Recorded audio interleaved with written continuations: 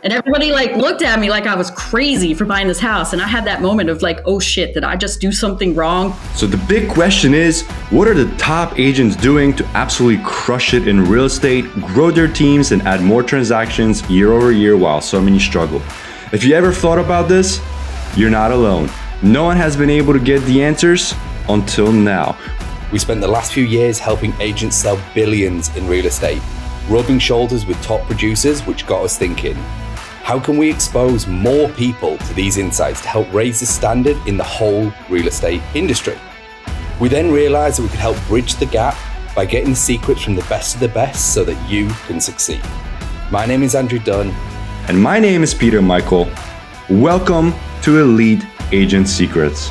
I think this is the perfect segue into the topic number 2, where you're talking about how to get deals on and off the market, right? You're getting deals from the comfort of your home, whether you're in Florida, New Jersey, or Pennsylvania.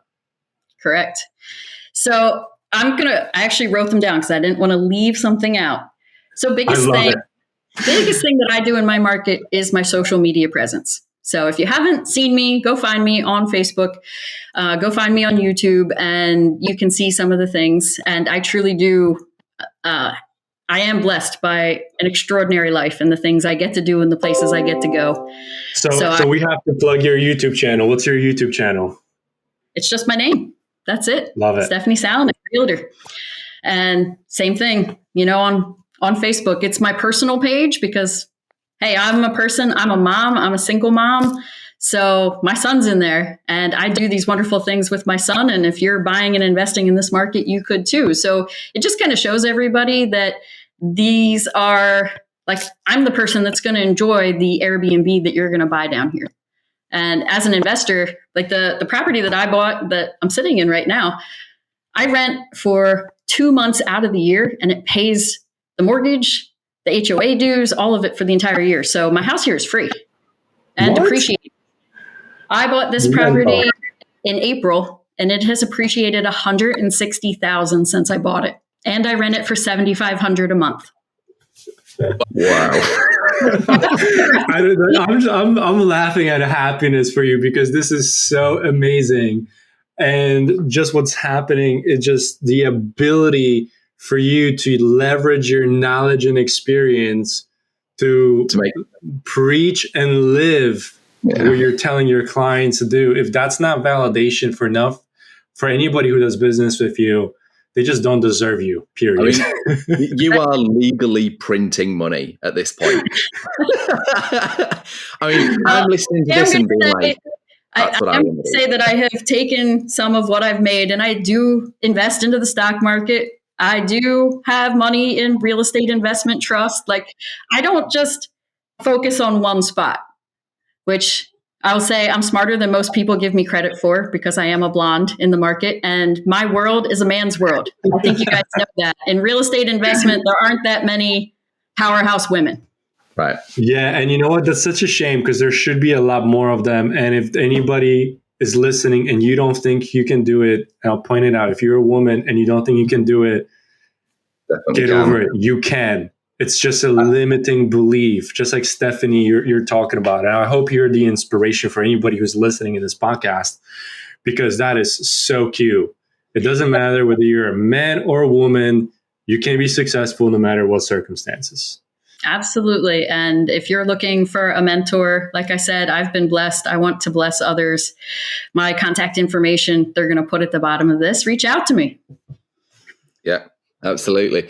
So getting off-market deals, sorry, this is what I'm curious about. Yeah, let's get, because I want to know, because I'm like, right here, we get some off-market deals, dude. Let's do this. So we show our properties, the things that we're selling, the things that we've renovated. Like I have one that me and my partner bought. It was an MLS deal. And there are days where I walk into the office with my partner and I'm like, hey, I'm finding a deal today. Like we're going to do another project because we don't want projects all the time. Like we sell real estate. We both travel. We do things. So I look in the MLS. I mean, it is a great source, but there's certain things you have to look for. It's on the market more than 90 days.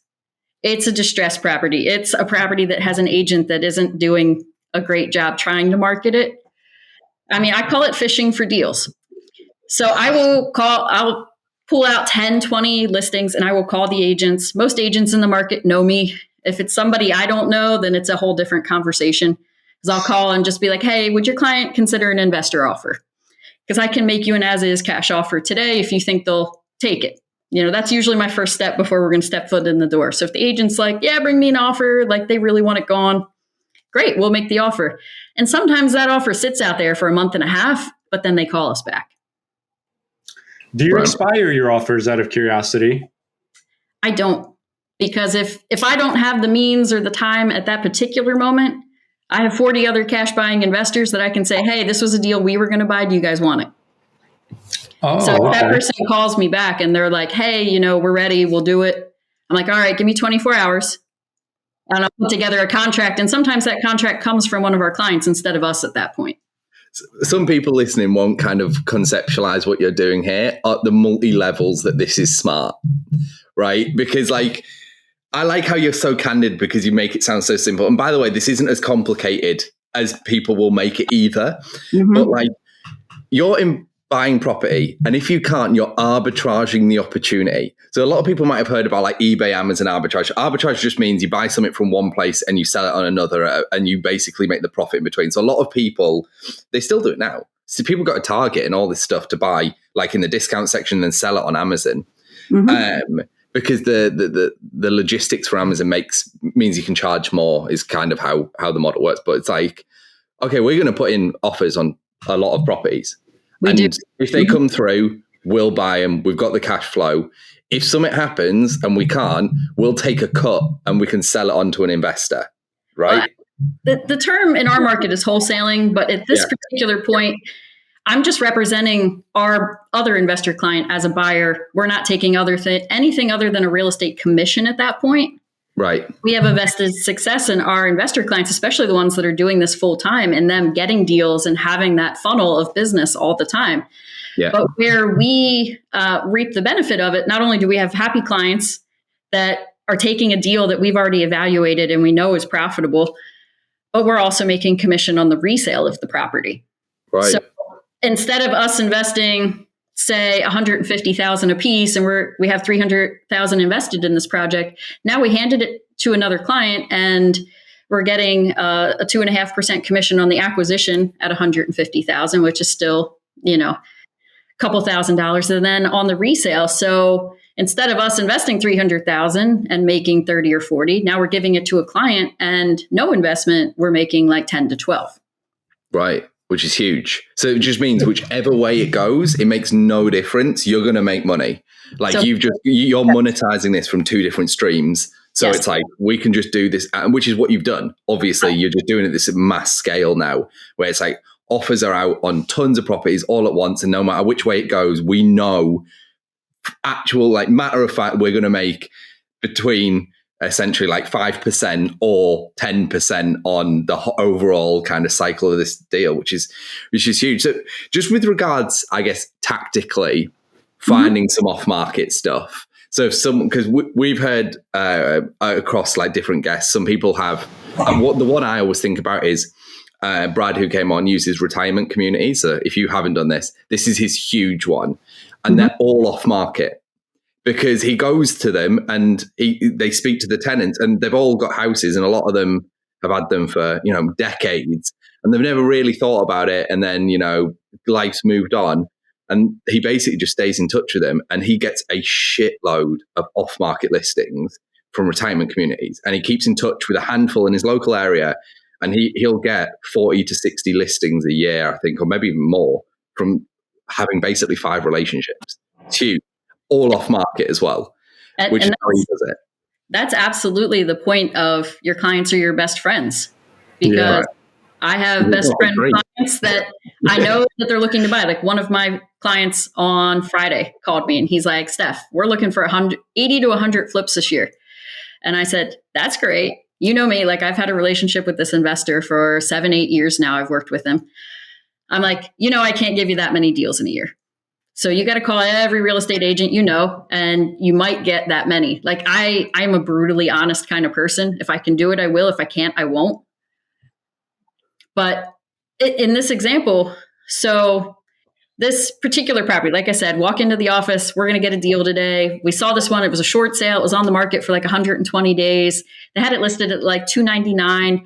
I called the agent, and the agent's like, yeah, go see it. Bring me an offer. We're close to short sale approval. So we went, we made an offer.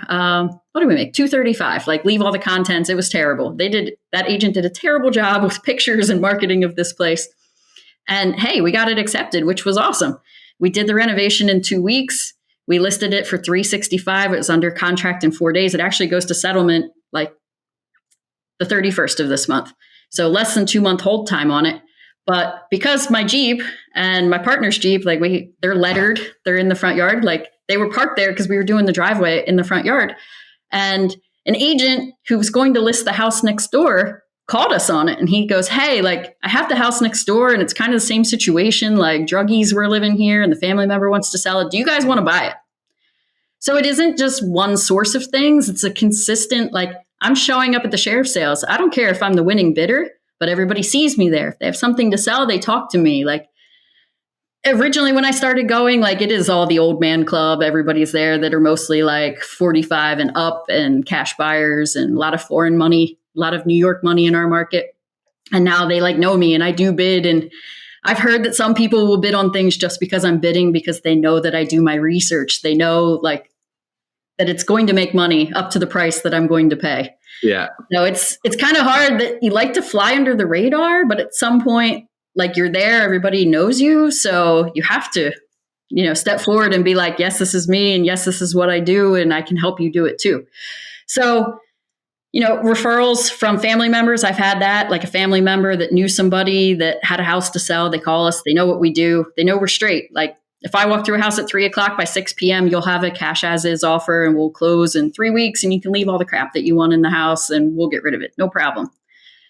One of our clients actually bought one of those houses and found like $18,000 in the crap that was in the house. Like cash, like stashed and stuff, which was kind of cool. He was very generous. He like distributed it. My partner helped him get that deal. So he gave everybody a little bit of it. He didn't just keep it for himself because it was like winning the lottery. That is great. Stuff happens. I mean, I was at a sheriff's sale once where I bid on a property because I knew the loss mitigation manager from the local bank. And he called me and he's like, hey, like, I'm going to put this up for sale. Now, this was 1910, one of the original houses in the community, actually in the community I grew up in. So I knew it very well. It was 2 doors down from the firehouse, 3 stories, 4,000 square foot. But there was an addition on the back that was falling down. And this house was packed full of stuff. And he's like, hey, we're going to let this go for $50,000 at the sheriff's sale. Just letting you know, like, are you going to bid on it? Because the bank didn't really want it back.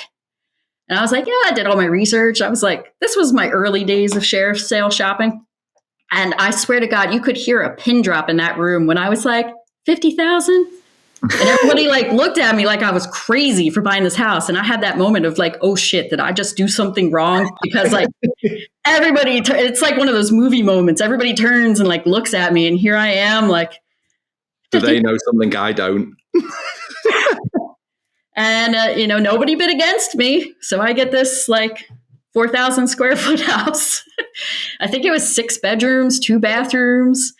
But I knew the area and I knew like that's at least a $250 house resale. Like, and the work on it couldn't be that bad. I hadn't been inside because, at that point there were still people living in it. I couldn't believe that. I brought 5 different people in to partner with me on it that were clients. And everybody was like, no, this is too big of a project. We're not going to do this. So I wound up having my friend empty out the house, which was like 8 ton of debris out of this house. And then we put it up for sale.